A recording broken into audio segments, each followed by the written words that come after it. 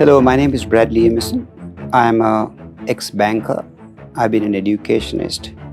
I'm a university lecturer. I also have a company called Business Athletes where I do company restructuring, I do coaching.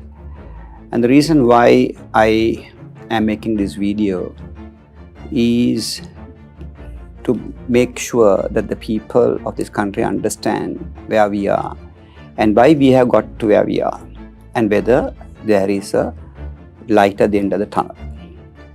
As a business person, if you look at the Sri Lankan economy, which is currently around 84 billion, is comparatively smaller than most of the businesses that are happening in the world.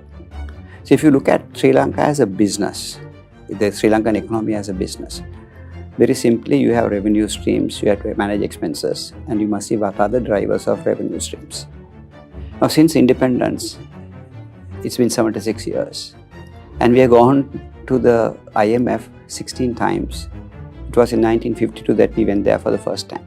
We have clearly indicated that we don't have the competency to run the economy. One of the main reasons why we have got is the professionals are not getting involved, they are not getting input, and they are not allowed to contribute. So let me make it very simple for you. If you look at this economy as a business, if you are to formulate strategy for recovery, and I have experience in doing that both internationally and locally, there are three questions you need to ask. Whether it is a business, whether it is economy. Three questions. There are countries who have failed economically, who have recovered and come back. The three important questions are, which we all learned when we did our MBAs. One is, where are we? Two, where do we want to go? And third most important thing is, how do we get there? Now, the biggest reason why strategies fail is you don't understand clearly where we are. Now, if you take Sri Lanka, to me, it became bankrupt a year ago. In my point of view, it was bankrupt 20 years ago. If you look at our history, our budgets have been negative. For more than 40 years, we have been making negative budgets. Our trade deficit has been high right through. We never had a trade surplus except for in 1978, which was maybe because of the policies of closed economy. Ever since, we have had deficits. How did we bridge the deficits? By borrowing after borrowing. On top of borrowing to bridge the gap, we also went and borrowed to run projects which are not paying back to the country. Now, if an organization, if I'm making an investment on a project, I must analyze the viability, I must analyze the payback, the return and the time of return. So none of these projects that we have done has been looked at that way, and none of them have contributed to the bottom line. I'll give you an example. 2 weeks ago, the British new parliament is presenting the budget. They have a 20 billion deficit, 20 billion pound deficit. And the government is saying that they're going to cut down on expenditure and they cut down and halt the projects. They are not talking about increasing taxes. They're not talking about borrowing. This is how a business should be run. This is how economies are run. What challenges do we have? Anybody who coming into power first must understand the current situation. Current situation is we are bankrupt. We are in the mercy of the IMF. So anyone who is coming into power, first of all, must fulfill the obligations of the IMF. Top line, you can go to the website and find out what they are asking. The top line is revenue. They want tax revenue to go up to about 15% by 2028. Number two, they want to reduce corruption so that the revenue collection will be easy. They want to increase the growth rate to 5%. We are around 2.2% at the moment, GDP growth rate. 4, they want to make sure we have sustainable revenue to service our loans. Our loans become due on 2028, and then they have to provide a sustainable repayment plan. Now, I'm a banker. In the banking industry, when a loan goes bad, the client comes and tells, here is my revenue stream, so please give me a timeline to pay. Now, we are unable to restructure the loans because we can't give them a sustainable revenue stream because we are not identifying what the revenue streams are. So that's the main reason why things have got deferred. Now, we have got postponed to 2028, but the new government will have a challenge to show what is a sustainable revenue stream to pay the loans from 2028. If you can show sustainable revenue streams, I'm giving a banker's point of view. If I can give you a sustainable revenue streams, you can renegotiate the terms of the settlement plan. That's what we do in a bank. You come and show them, you maintain it for 6 to 9 months, you can renegotiate the payment plans. So that's the key thing. So where do we get revenue from? What are Sri Lanka's revenue stream? It comes from taxes, it comes from customs, it comes from excise duty. So how do you sustain this? Right now, our tax collection is about 4 to 5% of GDP. How do you push it to 15%? We are taxing the taxpayer, the middle income people, and not the business people. The tax volume that need to come from is collection. There's a massive gap in the way we collect. The revenue streams are identified, but there are leaks. Take customs, there's corruption. Take income tax, there's corruption. Take excise duty, there is corruption. Very interesting. The number of bar license we are given have increased, and the revenue from excise has come down. So you can see where we are. So that's the first challenge any government that is coming in will have to put into place is revenue collection. 2, our expense management. This year, we are already about 2 trillion rupees over the expense budget. There is no control. There is no financial discipline in this country. That is why we have gone down. There's a case study of Spain. How did they turn around? They cut down the expenditure and they sustain the family income. The way we are taxing our people, we are reducing the income base of the middle class. The middle class has shrunk. 600,000 people have left. So middle class is the most powerful segment of any economy. And if you reduce the spending power of the middle class, your economy will shrink. And it has shrunk. Right? So the challenges the new government, whoever comes in, have is how do I sustain the family income, the household income? Because economy, in simple terms, is spent. That is why in other countries, when the interest rate goes up, when inflation goes up, they debate because it will reduce the buying power. The moment buying power goes down, economy shrinks. That is why from 2018, from 94 billion, we have cut down to 84 billion, almost 10% interest has been shrunk. The other indicator is poverty. If you look at our pawning base, I'm talking about bank numbers. I'm not talking about the non-financial institute that take pawning. In the banking sector, in 2019, the total loan portfolio was about 250 million. At that time, 9% of the population was below poverty line.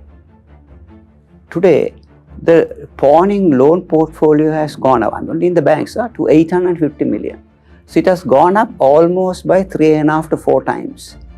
And correspondingly, 25% of Sri Lanka's population is living below poverty line. So what happened in the last 4 years? Although we say we have sustained the economy, the poverty line has increased. And how have we sustained the economy? Yes, we are happy about gas being there, we are happy about petrol being there, we are happy about food being available. I don't want to talk about the health sector, that's a different story altogether. But how are we doing this? By not paying the loans. We currently have about 5.4 billion reserves that have gone up, yes. But that doesn't make me rich. I have the reserve because I haven't paid the loan. So you can't sustain this model. So people must be realistic to understand what you are seeing is only a bubble. It is not really a climb, right? So that's one. The second point I want to talk about is revenue streams. Now, every economy or every business for that matter need to have a revenue stream.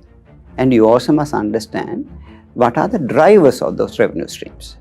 Now, if you look at the distribution, we have, let's say, 8% in agriculture, roughly about 32% in manufacturing, and about 60% in service industry. Now, including tourism. If these are the main revenue streams, the drivers of our economy, there has to be a plan to sustain that and improve if you want to grow the economy. IMF is expecting us to grow the economy by 5.5% by 2025, which means these sectors must have a plan to grow. And there is no concerted effort to grow these sectors. I'll give you a simple example. Now we are happy about tourism arrival. Yes, up to July, we have got about 1.2 million arrivals. And this 1.2 million arrivals has given us about 1.5 billion revenue. Now please compare this with the global statistics. Globally, they're expecting a tourism movement of 1.5 billion number of tourists. And the revenue is 9.4 billion. Look at the equation. It's about 6 times per tourist. Now, if you are talking about mere numbers and be happy about clapping your hands and tapping your back and say we are happy, but what you need to be looking at is the revenue. So the challenge is, how do I increase the revenue? It's a different topic altogether. Tourism industry has moved away. If you want to increase the spend, then you must better your offering. So that's another equation to look at.